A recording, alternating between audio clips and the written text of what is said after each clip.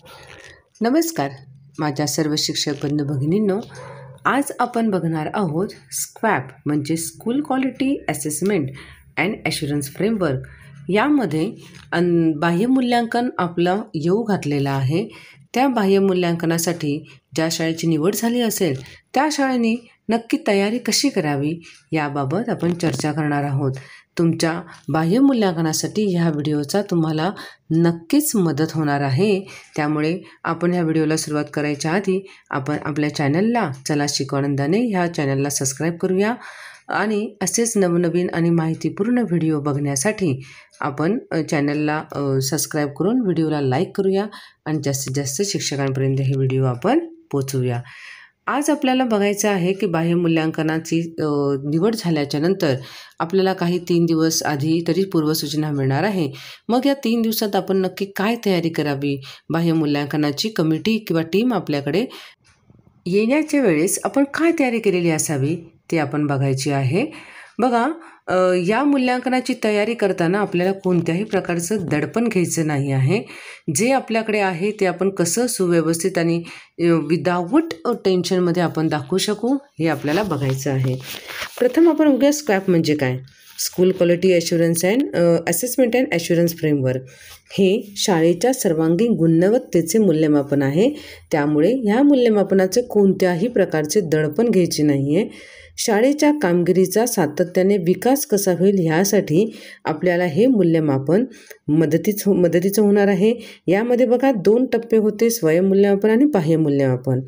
आता त्यामध्ये स्वयंमूल्यांकन आपलं एप्रिलमध्ये पूर्ण झालेलं होतं। त्यानंतर बरेच दिवस आपल्याला काळ दिला होता की आपले पुरावे आपण पुन्हा तपासणे किंवा त्यात काही बदल करण्यासाठी दिला होता आणि आता वेळ येऊन ठेपलेली आहे ती बाह्य मूल्यांकनाची।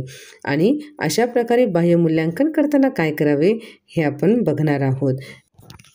प्रथम आपण बघूया बाह्य मूल्यांकनाचा नक्की उद्देश काय आहे।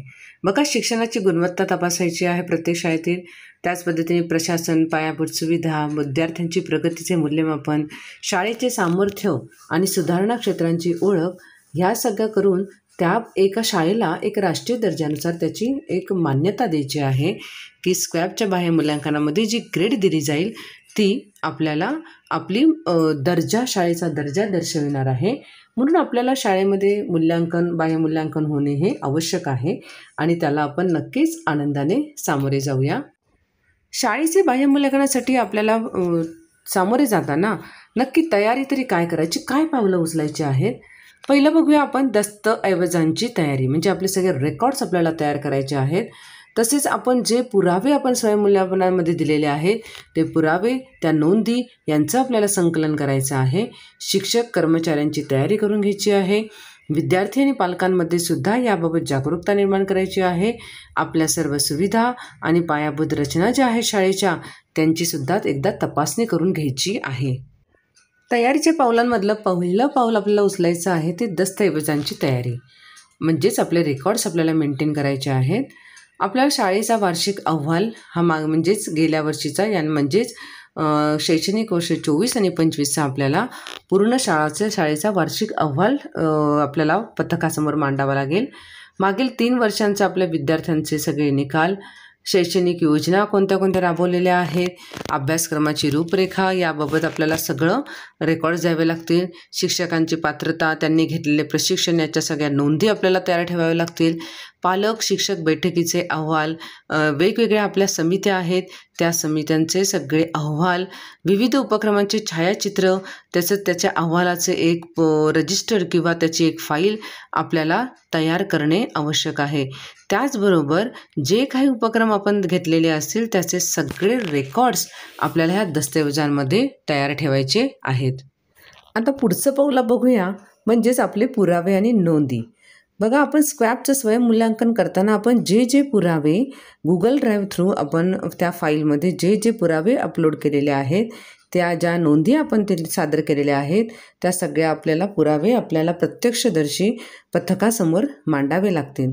विद्यार्थी उपस्थितीची नोंद, तसेच परीक्षेचे प्रश्नपत्रिका, मूल्यमापनाचे आपले निकष, आपला शाळा विकास आराखडा, विद्यार्थ्यांचे प्रकल्प, विद्यार्थ्यांच्या कलेबाबतचे आपले घेतलेले उपक्रम, क्रीडेमध्ये विद्यार्थ्यांनी काय काय तुम्ही घेतात किंवा काय काय प्रावीण्य त्यांनी मिळवलेलं आहे, तसंच समुदाय सहभाग पुरावे म्हणजे समाजाचा तुम्ही कुठे कुठे आणि कसा कसा वापर केलेला आहे, उपयोग घेतलेला आहे, ह्या सगळ्यांचे पुरावे तुम्हाला प्रत्यक्षदर्शी सादर करावे लागतील किंवा तसे.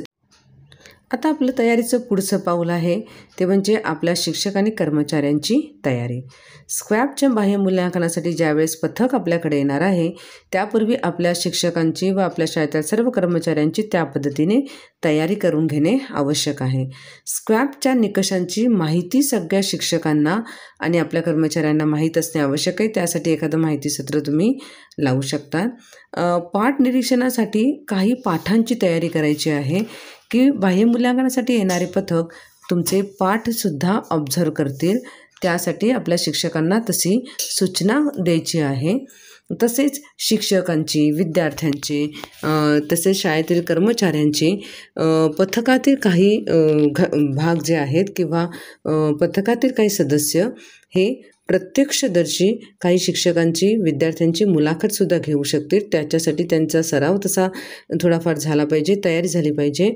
मूल्यांकनाच्या दिवशी प्रत्येकाची काय भूमिका असेल तसेच ते स्पष्ट करून सांगूया आपण.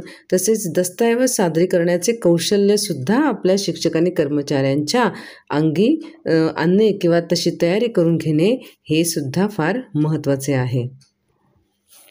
बाह्य मूल्यांकनाच्या तयारीतले पुढचं पाऊल आपलं आहे विद्यार्थी आणि पालकांमध्ये जागरूकता निर्माण करणे. विद्यार्थ्यांना स्क्वॅबचा उद्देश समजावणे, पालकांपर्यंतसुद्धा ही माहिती असणे आवश्यक आहे. कारण पालकांनासुद्धा काही आपल्याला बोलवून त्यांच्या मुलाखती सदस्य घेऊ शकतात कमिटीमधील किंवा पथकातील. तसेच शाळेच्या काही यशस्वी अशा यशोगाथा असतील, शाळेच्या उपलब्धींची योग्य मांडणी किंवा त्या पद्धतीने काही अशा यशोगाथांची मांडणी आपल्याला त्या कमिटीसमोर आपल्याला सादर करायची आहे. त्यामुळे आपल्याला विद्यार्थी, पालक यांच्यामध्ये स्क्वॅबच्या बाह्य मूल्यांकनाबाबतची जागरूकता निर्माण करायची आहे. आपल्याला पुढचं पाऊल उचलायचं आहे ते म्हणजे महत्त्वाचं पायाभूत सुविधांची आपल्याला प्रत्यक्षदर्शी स्वतः तपासणी करायची आहेत. बघा, आपल्या शाळेतल्या वर्गखोल्या स्वच्छ आहेत का, प्रयोगशाळा व्यवस्थित आहेत का, वाचनालयाची स्वच्छता आहे का, वाचनालयातील सगळे रेकॉर्ड्स उपलब्ध आहेत का, स्वच्छतागृह स्वच्छ आहेत का, तसेच क्रीडांगणं आपले स्वच्छ आहेत का, आपल्या शालेय सुरक्षेबाबतचे जे काही सगळे नॉर्म्स आहेत त्या आपल्याकडे फुलफिल आहेत का, आपत्कालीन सुविधा आपल्याकडे आहे का, आपल्या शाळेतील ICT आणि स्मार्ट क्लासरूम असतील तर त्यांची उपकरणांची आपण तपासणी करून घेऊया. आपल्या शाळेतील विशेष गरजा असणाऱ्या विद्यार्थ्यांची सुलभता म्हणजे त्यांच्या सोयीसाठी काय काय सुविधा आपल्या शाळेमध्ये आहेत, ह्या सगळ्या भौतिक सुविधांची, पायाभूत सुविधांची आपल्याला एकदा तपासणी करून घ्यायची आहे की ते वर्किंग सर्व आहेत का. आता बघूया नक्की मूल्यांकनाच्या दिवशी आपण काय करायचं. टीमचं म्हणजेच येणाऱ्या बाह्य मूल्यांकनाच्या पथकाचं आपण उत्साहवर्धक आणि आनंदाने स्वागत करायचं आहे. सर्व टीम सदस्यांशी आपण ओळख करून घेऊया. आपले दस्तऐवज व्यवस्थित मांडलेले पाहिजे. शाळेचा आपण नियोजनबद्ध असा परिपाठ आपल्या टीमसमोर सादर केला पाहिजे.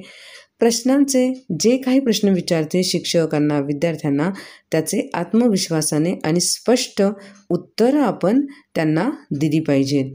बघा, जेणेकरून बाह्य मूल्यांकन पथकालासुद्धा आणि आपल्यालासुद्धा हे काम सोयीचे आणि सुलभ होईल.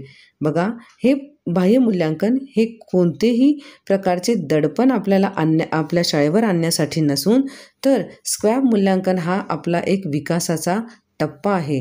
तुम्ही उत्तम तयारी केली, चांगली तयारी, चांगला अहवाल, शाळेची गुणवत्ता वाढण्याची आपल्याला एक चांगली संधी चालून आलेली आहे आणि आपण नक्कीच त्यामध्ये सहभाग घेऊया, तोही आनंदाने आणि उत्साहाने.